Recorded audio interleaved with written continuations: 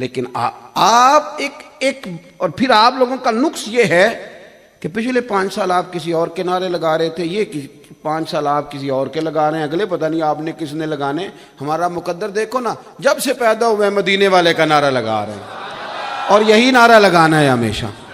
میرا عرض کرنے کا مقصد یہ ہے کہ یہ جذبات، یہ شوق دین کے لیے، ورنہ کبھی کسی کو شعر کہہ رہے ہیں، کبھی کسی کو کچھ کہہ رہے ہیں، کبھی کسی کو پتہ بعد میں چلتا ہے کہ جس کے ہم نعرے لگا رہے تھے وہ تو کہیں اور نکل گیا، بعد میں وہ تو کہیں اور نکل گیا۔ اللہ تعالیٰ سمجھ عطا فرمائے۔ تو یہ چند چیزیں میں نے آپ کے سامنے رکھی جس سے نبی پاک نہ راضی ہوتے ہیں۔ یہ کام کریں گے انشاءاللہ، نماز پڑھیں گے انشاءاللہ تعالیٰ، دین پہ عمل کریں گے انشاءاللہ تعالیٰ، یتیم کے سر پہ ہاتھ رکھیں گے انشاءاللہ تعالیٰ، بچیوں کا خیال کریں گے انشاءاللہ۔ اور سمجھ آ رہی ہے میری بات کی؟ سرکار کی محبت پوری طرح اپنی طبیعت میں پیدا کریں گے انشاءاللہ، درود پاک کا خیال کریں گے انشاءاللہ۔ ان چیزوں پر توجہ کریں۔ اب میں نا، کیونکہ تصویر کے دونوں رخ دکھانے چاہیے نا، میں آپ کو چند وہ چیزیں بھی بتا دوں جن سے حضور ناراض ہو جاتے ہیں، نبی پاک ناراض ہو جاتے ہیں۔ اذان کا کیا ٹائم ہے جی؟ یہاں پہ 6:45 اذان ہے۔ بس میں چند باتیں آپ سے اور کروں گا، پھر انشاءاللہ 6:45 بجے اذان کے وقت ہم اس کو ختم کریں گے۔ اور میری ایک خواہش ہے کہ یہاں جماعت کرا لی جائے، نماز پڑھ لی جائے، لنگر نماز پڑھ کے کھایا جائے تاکہ سارے کام صحیح ہو جائیں۔ آپ اس پر بھی تعاون کریں گے انشاءاللہ تعالی۔ اللہ آپ کو خوش رکھے۔ ویسے تھوڑے بولے ہو کیونکہ میں تو اڑول تک نہ پیا، میں نے پتہ لگتا ہے نماز آج سے جو نہیں نہ پڑھتے آج سے شروع کر لو۔ آپ نا، میں گناہگار آدمی ہوں، پر میرے کہنے پہ نا آج عشاء اور صبح کی فجر پڑھ کے تو دیکھو، یہ 2 پڑھ کے دیکھو، مجھے امید ہے زور آپ کو خود کہے گی آجا پڑھ لے مجھے بھی۔ شروع تو کرو نا یار، کریں گے انشاءاللہ تعالی۔ اللہ آپ کو برکت دے۔ کچھ کام ایسے ہیں جن سے نا حضور ناراض ہو جاتے ہیں۔ چلیں اسی سے، نماز سے ہی وہاں شروع کیا تھا، نماز سے یہاں شروع کر لیتے ہیں۔ نبی پاک صلی اللہ تعالیٰ علیہ وسلم نے نا کبھی کسی شخص کے لیے دعا نہیں کی کہ وہ تباہ ہو جائے، کبھی نہیں کی۔ ذات کے لیے کسی نے بھی تکلیف دی تو کبھی دعا نہیں کی۔ 10 دن سرکار طائف میں رہے، ان لوگوں نے روڑے مارے، تکلیف دی، کہا فرشتے نے آ کے کہ اگر آپ اجازت دیں تو 2 پہاڑیوں کے درمیان رکھ کے ان کو مسل دیں، تو نبی پاک صلی اللہ علیہ وسلم نے فرمایا نہیں، اللہ ہی نے ہدایت عطا فرما۔ نبی کریم کے احد کے میدان میں دانت مبارک شہید ہو گئے، 70 صحابہ شہید ہوئے، حضرت امیر حمزہ شہید ہوئے، دردناک شہادتیں ہوئیں، آنکھیں نکال دیں، مقدس ہونٹ کاٹ دیے، مقدس ناک کاٹ دی، وجود کے حصے بکھرے کر دی۔ وہاں بھی حضور نے دعائے ہدایت کی، لیکن ایک موقع آیا، مسند امام احمد بن حنبل دیکھیں، ایک موقع جب خندق کے موقع پر کافروں نے اتنا پریشان کیا کہ صحابہ کی عصر کی نماز رہ گئی۔ ادھر دیکھو یارو، میں کیا کہنے لگا ہوں، نماز عصر رہ گئی تو نبی پاک علیہ السلام نے فرمایا اے اللہ، انہوں نے ہمیں عصر نہیں پڑھنے دی، ان کے پیٹ آگ سے بھر دے، آگ سے بھر دے، نماز نہیں پڑھنے دی۔ جو کسی وجہ سے نماز میں رکاوٹ پیدا کر دے، حضور ناراض ہوتے ہیں نبی پاک، نماز نہیں پڑھنے دی ہمیں۔ اسی طرح جو بندہ حدود اللہ توڑے، اللہ کی حدوں کو توڑے، اس سے نبی پاک ناراض ہیں۔ جلال فرماتے ہیں حضور، بڑی بڑی ناجائز سفارشیں لے کے نہیں ہم جاتے، صحیح بتانا ہمیں پتہ ہوتا ہے کہ نہیں کہ ہمارے بچے نے لڑائی کی ہے تو بچہ غلط ہے کہ صحیح ہے، پھر بھی ہم سپورٹر نہیں بن جاتے۔ چلے میں بڑی احترام سے وکلاء کی بارگاہ میں کہتا ہوں، او وکیلو یارو، او پیارو، او پڑھے لکھے لوگو، تمہارے پاس جو آدمی مقدمہ لے کے آیا تمہیں پتہ نہیں سچا ہے کہ جھوٹا ہے؟ کیوں نہیں تم کہتے کہ جتنا تیرا سچ ہے اتنا بیان کریں گے، اس سے آگے نہیں بڑھیں گے؟ رازق وہ آنے والا ہے یا رازق اللہ ہے؟ جھوٹ کی سپورٹ کر کر کے ساری زندگی گزار دی، جھوٹوں کی سپورٹ کر کر کے زندگی گزار دی۔ خدا کے بندو، حدود اللہ کا معاملہ، ناجائز سفارشیں، آپ جائز سفارش ضرور کریں۔ کسی بندے کا معاملہ جائز ہے تو آپ ضرور کہیں کہ یار آپ کیوں غلط کر رہے ہیں، جب اس کا یہ حق بنتا ہے تو اسے دو۔ لیکن ناجائز سفارشیں، حضرت عائشہ صدیقہ رضی اللہ تعالیٰ عنہ ام المومنین صدیقہ بنت صدیق اکبر فرماتی ہیں کہ فتح مکہ کے موقع پر ایک بڑے خاندان کی ایک عورت نے چوری کر لی۔ میں اکثر دوستوں سے کہتا ہوں کہ سارے غریبوں کو امیر نہ کرے ہماری حکومتیں، خیر ان بیچاروں نے کیا کرنا ہے، ان کا تو حال ہی کوئی نہیں۔ رات کوئی اور بات کرتے ہیں، سویرے کوئی اور کرتے ہیں۔ نہ بھی کریں یہ دعوے کہ ہم غریبوں کو امیر کر دیں گے، بس ایک نیکی کر دیں، غریب امیر کے لیے قانون ایک جیسا کر دیں، بھائی اتنا کریں، اس سے زیادہ نہ کچھ کریں۔ یہاں تو بھائی اگر آپ کی گاڑی زیادہ بڑی ہے اور اوپر جھنڈا لگا ہوا ہے تو آپ نے ٹول ٹیکس کے بھی 30 روپے کوئی نہیں دینے، چونکہ آپ زیادہ امیر ہیں۔ زیادہ امیروں کے لیے تو نہیں نہ خرچے ہوتے، وہ تو دینے ہیں اس غریب آدمی نے کہ جو چھوٹی گاڑی پہ گزر رہا ہے، اس کے ذمے وہ سارے کام کرے گا، امیر تھوڑی کرے گا، اس کے لیے تو الاؤنسز ہیں، اس کے لیے تو فلانی چیز ہے۔ اس ملک میں جب اضافہ ہونے پہ آتا ہے تو تنخواہ کس کی بڑھ جاتی ہے؟ وزیر اعظم صاحب کی تنخواہ کس کی بڑھ جاتی ہے؟ وفاقی وزراء کی۔ الاؤنس کس کے بڑھ جاتے ہیں؟ فلانے کے۔ میرے عزیز میری بات پر غور فرمائیں گے، ایک بڑے قبیلے کی عورت نے چوری کر لی، نبی پاک صلی اللہ علیہ وسلم نے ہاتھ کاٹنے کی سزا کا حکم دیا، ہاتھ کاٹے جائیں گے۔ اب نہ لوگ ڈھونڈنے لگے کہ کوئی بندہ مل جائے اور حضور کی بارگاہ میں سفارش کرے کہ جی یہ قبیلہ بڑا ہے اور ابھی نیا نیا مسلمان ہوا ہے تو ابھی فلانا فلانا مسئلہ ہے، سفارش کر دی جائے، کوئی حکمت بیان کر دی جائے۔ کس کو ڈھونڈیں؟ توجہ ہے میری بات پر؟ ادھر دیکھیں جی میں کیا کہہ رہا ہوں۔ نبی پاک صلی اللہ تعالی علیہ وسلم کے بڑے لاڈلے تھے حضرت اسامہ بن زید۔ حضور علیہ الصلوۃ والسلام نے فرمایا اگر اسامہ لڑکی ہوتا تو میں اسے زیور پہناتا، میں اس سے پیار کرتا۔ ایک دفعہ ان کے ناک سے رینٹھ نکل رہی تھی تو حضور نے حضرت عائشہ سے کہا صاف کر دو، کہتے میں اٹھنے لگی تھی پر حضور نے جلدی کر کے خود صاف فرما دیا۔ اتنی محبت کی، فتح مکہ کے دن گود میں بٹھائے رکھا، اتنا پیار۔ لیکن پیار کا مطلب یہ ہے کہ کوئی شخص حدود اللہ میں آ کے سفارش کرے؟ نہ، محبتیں اپنی جگہ پہ، اصول اپنی جگہ پہ۔ یہ دین کا میسج ہے، دین کا پیغام ہے، دین کا مزاج ہے، اس کو سمجھیں۔ نبی پاک صلی اللہ علیہ وسلم سے حضرت اسامہ بن زید رضی اللہ تعالیٰ عنہ نے سفارش کی، یا رسول اللہ چھوڑ دیں کچھ دیر کے لیے، محبوب کچھ مہربانی کریں۔ تو کہتے ہیں حضور کے چہرے پہ جلال آیا اور نبی پاک علیہ السلام نے فرمایا تم اللہ کی حدود میں سفارش کرتے ہو؟ خدا کی حدود میں؟ منبر بچھایا، خطبہ دیا، فرمایا تم سے پہلی قومیں تباہ ہی اس لیے ہوئی تھیں کہ امیر چوری کرتا تھا تو سزا ہی کوئی نہیں، اور غریب کرے تو ڈھیروں سزائیں ہیں۔ فرمایا سنو یارو، اتنی بڑی مثال دے دی حضور نے، اتنی بڑی مثال، جس شخصیت کا نام لے ہم تو ہماری آنکھیں جھک جائیں، خود بخود نگاہیں جھک جائیں۔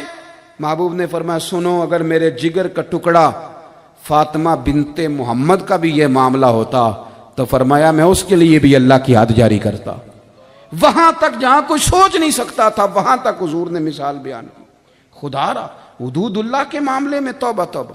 میں بڑے درد سے کہتا ہوں، ساری برادری اکٹھی ہوتی ہے نا شادی کے دن رکھنے ہیں بچے کے، سب کہتے ہیں پھپھی کو منا لو ناراض ہے، چچا کو منا لو ناراض ہے، چلو جی یہیں سے اٹھ کے چلتے ہیں ہم ماموں جان کے گھر منا لو۔ ایک بڑا بھی برادری کا نہیں کہتا کہ بینڈ باجا نہ بجانا اللہ ناراض ہو جائے گا۔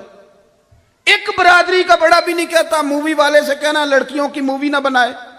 6 کیمرے، میں تو نکاح پڑھانے ڈرتے چھوڑ دیے میں نے، اس لیے کہ آپ بچی سے اجازت لینے جاتے ہیں نکاح کی تو 10 کیمرے کھڑے ہیں، اور بچیاں ہیں کہ وہ ماننے کوئی تیار نہیں کہ یہ ہمارا غیر محرم ہے، ہمیں اللہ سے ڈرنا چاہیے۔ اور پھر جوان بچیاں ان کے ہاتھوں میں پھولوں کی پتیاں دے کے چھتوں پہ کھڑا کر دیا ہے۔ لڑکے کے ساتھ بوڑھے لوگ آئیں گے، دولہے کے ساتھ بوڑھے لوگ ہوں گے، وہاں بھی جوان لڑکے، یہاں بھی جوان لڑکیاں۔ کس آگ کو، کس فتنے کو ہم پروان چڑھا رہے ہیں؟ لیکن ایک بڑا برادری کا بھی نہیں کہتا۔ سچ کہا تھا بابا صاحب نے، ویسے حج بھی وقت پہ کرنا ہے، عمرہ بھی وقت پہ کرنا ہے، لیکن شریعت کی پاسداری کا وقت آنا ہے تو پھر نہ دائیں بائیں۔ وہ کہنا میں تو ڈیرے تے سا، مینوں نہیں پتا منڈے مہندی والے دن کی کر دے رہے ہیں۔ بھئی یہ بندوں کو تو دھوکہ دیا جا سکتا ہے، اللہ کی بارگاہ میں یہ بہانے۔ عزیز دوستو، نبی پاک صلی اللہ تعالی علیہ وآلہ وسلم حدود اللہ کے معاملے میں کوئی شخص اگر ناجائز سفارش کرتا ہے تو اللہ کے محبوب اس کو ناپسند فرماتے ہیں۔ پھر اسی طریقے سے نبی پاک صلی اللہ تعالی علیہ وسلم جو لوگ جماعت کے لیے مسجد میں حاضر نہیں ہوتے، آپ کسی بھی مسجد سے نماز پڑھ کے باہر نکلیں ذرا اور آپ دیکھیں کس قدر زیادہ لوگوں کی تعداد ہے، چوکوں میں، چوراہوں میں، برگر کی دکانوں پر، کھانے پینے کی دکانوں پر، اور کچھ بلا وجہ نکلے ہوئے میں گھومنے آیا ہوں. کتنے سخت لفظ ہیں حدیث پاک میں. اللہ کے محبوب علیہ السلام نے فرمایا میرا دل کرتا ہے کہ میں کسی کو عشاء کی نماز پڑھنے کا حکم دوں اور خود میں جوانوں کو ساتھ لوں، لکڑیاں جمع کروں اور ان گھروں کو آگ لگا دوں جو نماز میں نہیں آتے. اتنی بھی ناراضگی ہوتی ہے. آگ لگا دوں ان گھروں کو جو عشاء کی نماز کے لیے نہیں آئے. لیکن یہاں پرواہ ہی نہیں ہے. حضور کے غلام، نبی پاک سے پیار کا دعویٰ کرنے والے، رسول پاک سے چاہت کا خیال کرنے والے، وہ بلا وجہ بیٹھے. یہ جو بھائی تباہیاں ہمارے اوپر آتی ہیں اور یہ جو ظالم حکمران مسلط کر دیے جاتے ہیں اور یہ جو روز ہمیں آزمائشوں کا سامنا ہے، گھر کے اندر سے بھی ٹوٹے ہوئے، باہر سے بھی بکھرے ہوئے، تو کہیں تو ایسا ہے ہم نے اللہ رسول کو ناراض کر لیا، ہمارے حق میں حالات نہیں رہے. پھر آگے بڑھیے. نبی پاک صلی اللہ تعالیٰ علیہ وآلہ وسلم سخت ناراض ہوتے جب کوئی کسی اور دین کی طرف رغبت کرتا. ایک تو ہے کہ باپ کماتا کچھ نہیں، نکما ہے، نکھٹو ہے، تو ٹھیک ہے بچے پڑوسیوں سے سالن لے کے کھائیں. لیکن اگر والد اتنی محنت کرتا ہے کہ اس نے فریزر میں سارے پھل بھی رکھے ہیں، دن میں 2 وقت تازہ کھانا بھی پکتا ہے، ضرورت کی ساری چیزیں مہیا کرتا ہے، اور پھر بچے کسی اور کی طرف دیکھیں تو وہ تھپڑ بھی مارتا ہے کئی دفعہ کہ یار ہر چیز گھر میں موجود ہے، تو دائیں بائیں کیوں گیا. میں اور آپ اس دین کے ماننے والے ہیں جو نماز پڑھنے کا طریقہ بھی بتاتا ہے اور سر میں کنگھی کرنے کا طریقہ بھی بتاتا ہے، جو بتاتا ہے کہ داڑھی کس طرح کی رکھنی ہے اور تم نے مونچھیں کس طرح کی رکھنی ہے، اور پگڑی خالی باندھنے کا طریقہ نہیں فرمایا، پگڑی ٹوپی پر باندھنی ہے. جو دین آپ کو ہر چیز دے، کل چیز دین فراہم کرے، اس کے ماننے والے جو راج ٹی وی پہ فیشن دیکھیں سویرے وہی کر لیں.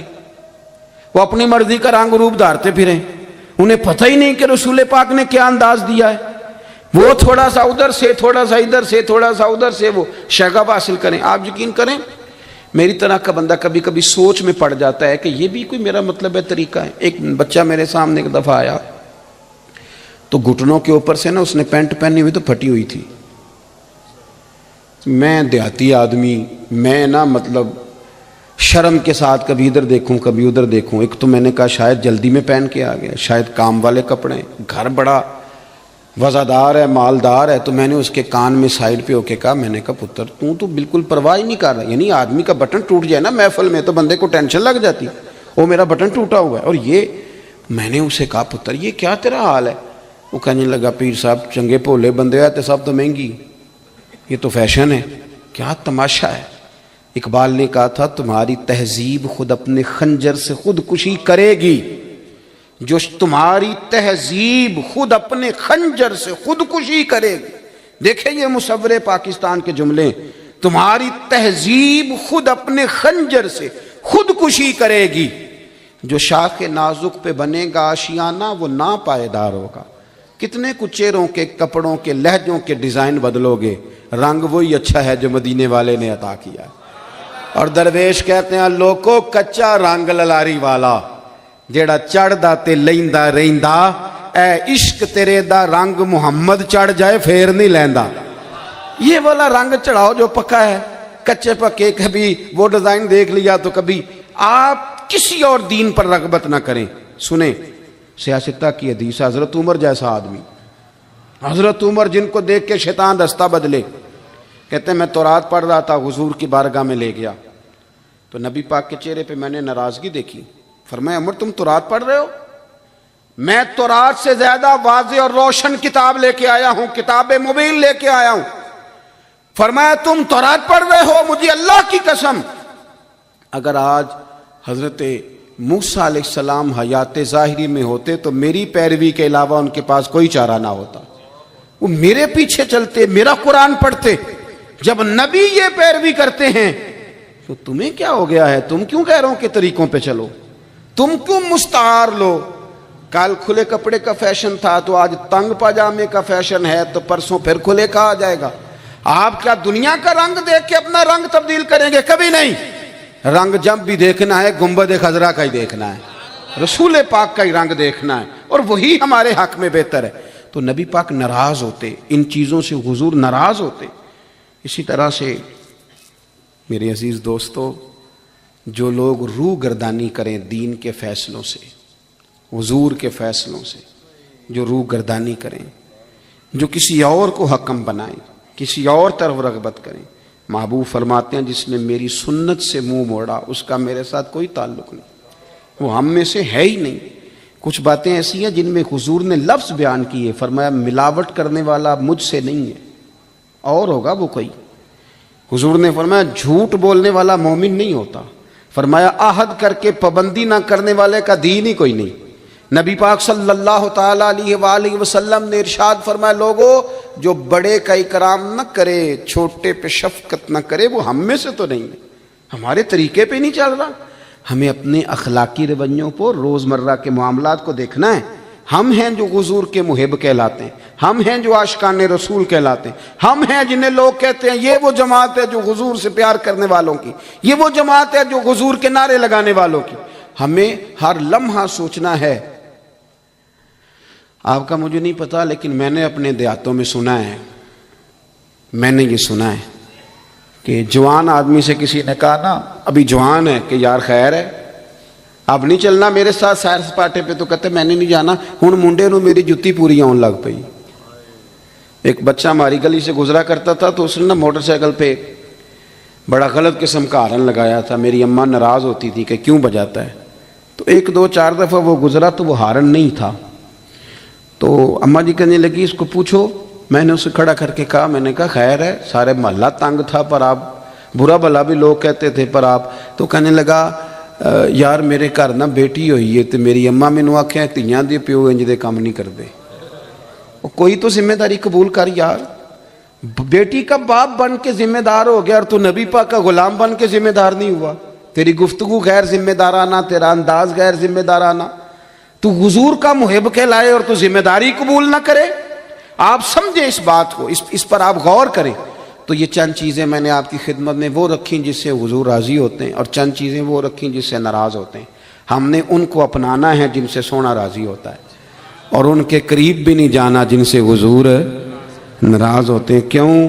جڑیاں خسماں دی وچ رضا وسن بھاگ جاگ جاندے انہاں گولی جاندے۔ جو محبوب کی رضا میں راضی رہے نا تو پھر اس کے نصیب جاگ جاتے ہیں۔ خدا کی رضا چاہتے ہیں دو عالم، خدا چاہتا ہے رضائے محمد، اجابت کا جوڑا عنایت کا صحرا، دلہن بن کے نکلی دعائے محمد، اجابت نے جھک کر گلے سے لگایا بڑی ناز سے جب دعائے محمد، رضا اب پل سے وجد کرتے گزریے کہ ہے رب سلم صدائے محمد صلی اللہ علیہ وسلم۔ آخر دعوایا ایڈیاں گوڑیاں جگتے چھاواں لبدیاں نہیں،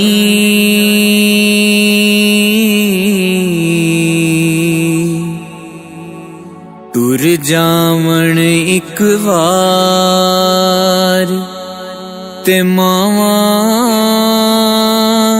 لبدیاں نہیں، ہائے ٹر جاون ایک وار تے ماواں لبدیاں نہیں،